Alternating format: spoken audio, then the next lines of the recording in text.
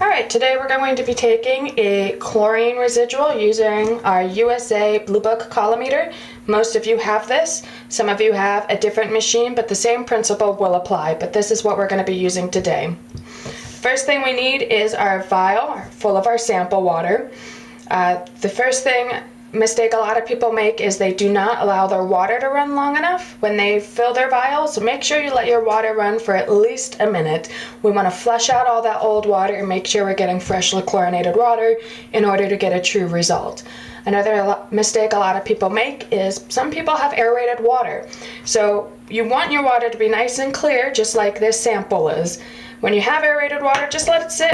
You can tap it out. Those bubbles won't last very long. But to get a true result, you want to make sure the bubbles are all tapped out. A third thing a lot of people forget the importance of is this little circle here. It's called a light guard. It's there for a reason. This whole meter is based off color and light, and this is a very important part of it. So don't ignore this. Make sure it is on your lid. So we have our vial. We filled it to the 10 milliliter line. We're going to turn our meter on. Simply enough, turn it on and off. We want to make sure it says CL2. There are other settings, but this is the setting you need. So make sure it says CL2 because sometimes it's easy to switch modes and not realize it. So it says CL2. We have our sample. We're going to make sure our two little arrows match up.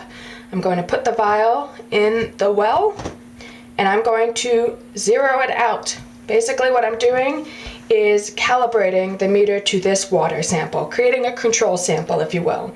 So it says 0.0. That's exactly what I wanted to say. Occasionally, you will get error codes. When you do, if you want to look it up, on page 17 of your instruction manual, there are explanations as to what those mean if you keep getting them.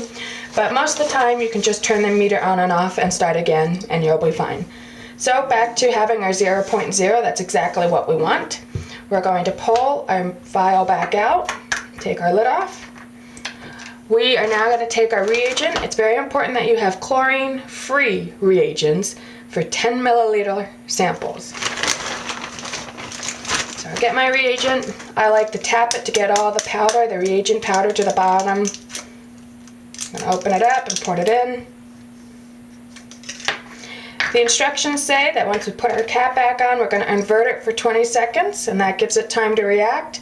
For the sake of expediency, I have one that's already been reacted. So you can see it's got a nice color there.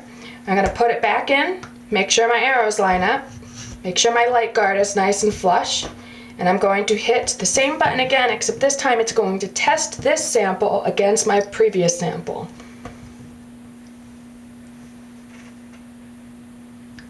Alright, so we have a 0.92. That's a great result.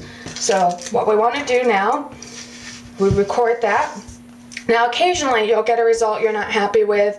Occasionally there's an error. What's important to do is don't panic right away.